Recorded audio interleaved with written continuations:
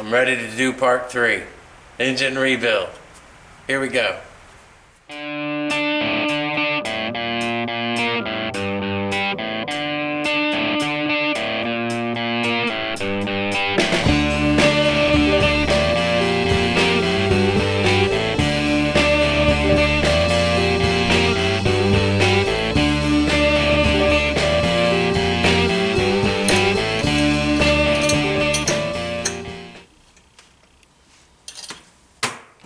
So last week, my torque wrench let me down yet again, and this happened.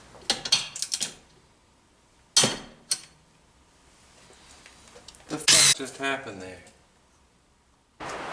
I broke a damn Carter bolt. That's what happened.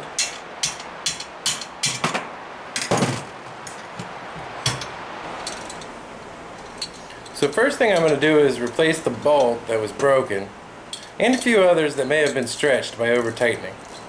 Here in America, it's not like you can go to the hardware store and find a AV7 bolt, so I had to order these.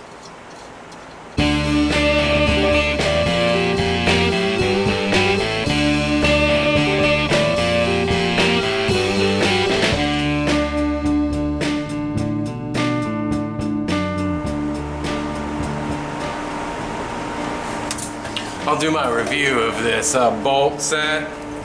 It's certainly not exact. This is the one from Treats, and this is the original Motobecane one. You can see that this is like a tower bolt, and this isn't. Plus, this is 11 mil, and this is 10 mil head. And it's a little bit shorter. And I'm finding the differences all over the bolts. So I think they'll work, but they're certainly not OEM quality, so just know that when you buy them. And now that I'm putting it together for real, I'm going to put a little bit of Loctite on the bolts before I torque them down, just to make sure they don't go anywhere. Then at 8 we would stay up late and talk about stormtroopers at age 9. That thing all put back together, Loctite and torqued with good bolts. I did buy these. Super nice pair of snap ring pliers with some really fine points, which take a whole lot of frustration out of refitting this clutch onto this motor. So I'm hoping this makes all the difference in the world. First thing I'm going to do is grease this up just a little bit and grease the needle bearing that's inside the clutch right here. And then I'll start fitting it on. Presented your unified theory of life. You presented your unified theory of life.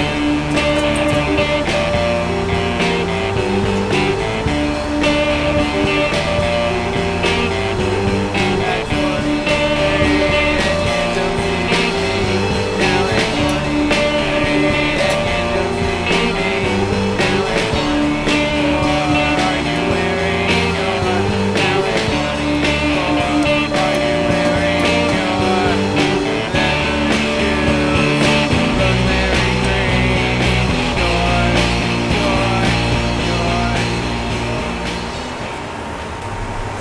Alright, so I was a little bit worried because see this play that it has? But actually that's right. When you put these spacers on, and then this interior one kind of holds it right there. So, so all's well. So 2 more spacers.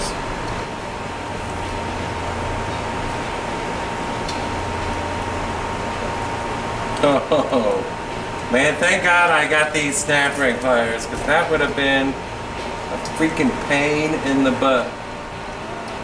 Those old ones. I'm just making sure it's fully set in there.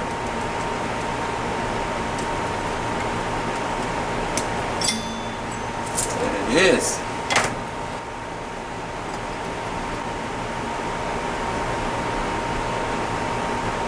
I'm gonna look up the torque for that thing.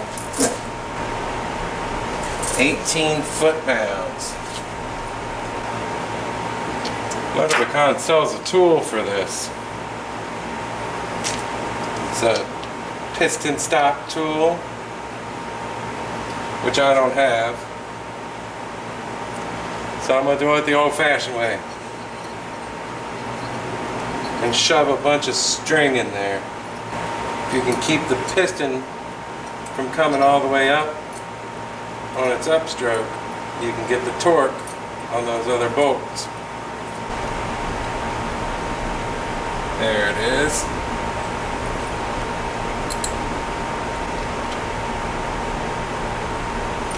"18 foot-pounds.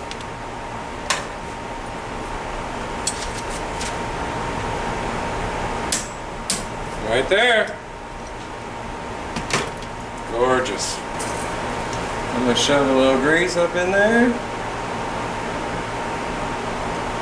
Make sure everybody's happy. So I'm getting ready to mount this stator plate onto the engine.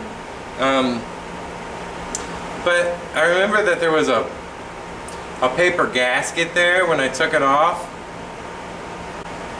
And I really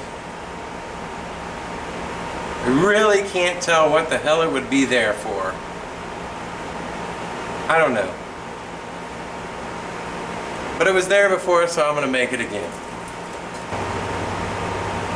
Just putting some grease on it so I can mark it when I press it down.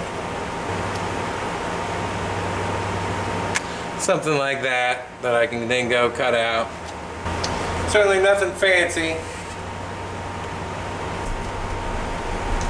And there's this little rubber washer went on next.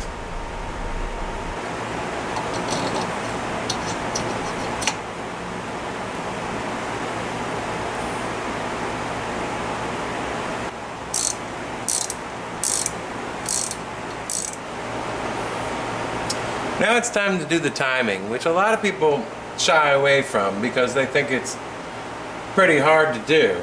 But in actuality, it's actually fairly easy to do. A lot of people use these dial indicators, which are fine if you want to use those. You can get these at Harbor Freight. I prefer to use a digital caliper. You can also get at Harbor Freight, 10 bucks, 20 bucks, something like that. The very first thing you want to do is find top dead center. And so how I do that is I'll take my digital caliper and I'll put it out about that much. And you're going to be looking at this part right here that sticks out. So you see that little bit that's sticking out. I'm going to put that down the spark plug hole, making sure that the edge of the actual ruler bottoms out. I'm going to go ahead and move the engine up, and you'll see eventually that piston's going to grab this and start pushing this thing up. Got to make sure you hold it perfectly steady.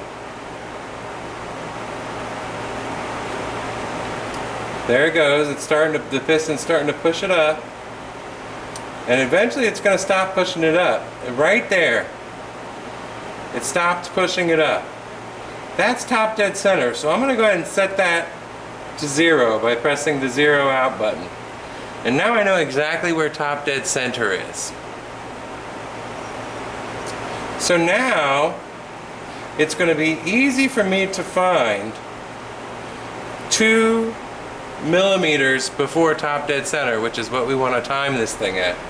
I'm going to go ahead and push it down, and you can see now I'm at 17 millimeters, and I'm just rotating the engine. It's going to grab it and start pushing it up. And we're going to go until we get to 2 millimeters.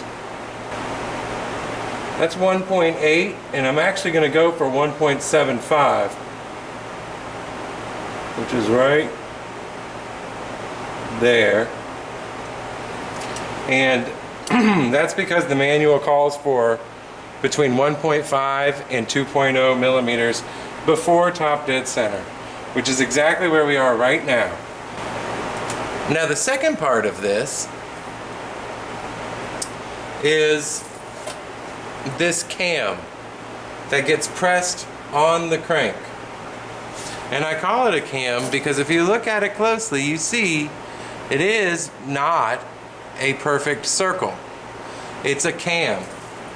And as this cam spins, it's going to press against this and open our points up. And basically all timing is just making sure that our points open up. The minute our points open up, that the crank is between 2 millimeters and 1.5 millimeters before top dead center. So now that I know our crank is exactly where I want it, I need to jam my cam on there so that it's turned exactly right when it's starting to open the points. And I'm going to put it on the crankshaft, which right now is exactly at 1.75 millimeters before top dead center. And I'm looking for the point where this cam is going to open these points right here. And you'll be able to see it right there. See them open, and now they're closed. So the next question is how do I tell exactly when those points open? And for that you need your multimeter. We got this set into ohms, and the points are closed, and it's reading 0. So look what happens when I open the points. See that? It goes to 1. Now it's back down to 0. So basically what you want to do is turn this thing until you see that jump to 1. Just right there. So we know this cam is exactly where it needs to be. Now I'm going to just one more time check our piston, just to make sure it's where we think it should be, which is at 1.75. Our crank's exactly where it wants to be. I'm just going to double check our cam real fast with the multimeter. Right there. I'm going to bang that thing on there. That's exactly where we want our timing. Alright, so now I'm going to knock it on real fast. Just give it one good whack. Boom. To set that cam on the shaft. Then we'll come back and we'll check it. Try real hard not to mess with anything. 1, 2, 3. There it is. Now see that cam is on the shaft. When I spin the cam, the crankshaft spins too. Now it's on there. I'm going to give it one more good little whack. There, it's really on. Okay, let's see how we did. Okay, so now I'm watching our multimeter. And now I'm going to spin our cam. And I'm going to see what this says when this hits 1. There it goes. Shit, it's off a little bit. Yeah, we got off a little bit. Son of a biscuit. Pull this cam nut off. Try it again. Even the pros sometimes take a few, 3 or 4 times to get it, so I sure as hell don't feel bad about it. Dead on, right there, 1.75.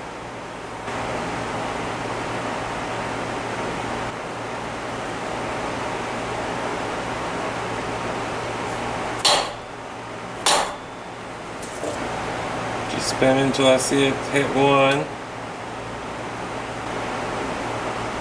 We are bang on the money. 1.84, which isn't too shabby. Gotta put our flywheel on our magneto.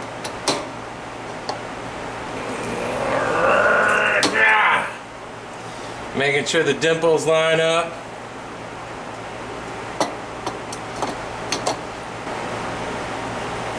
Very nice.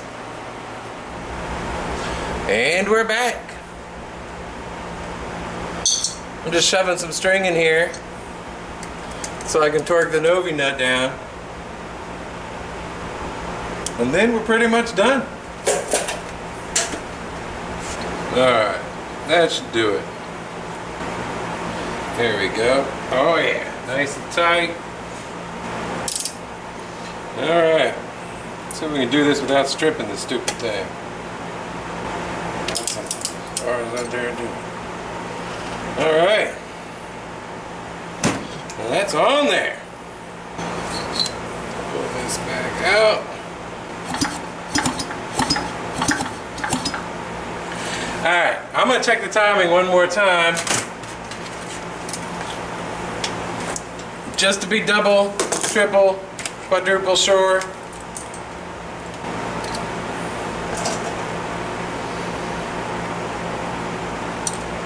That means this is a fully rebuilt and ready to go Motobecane AV7.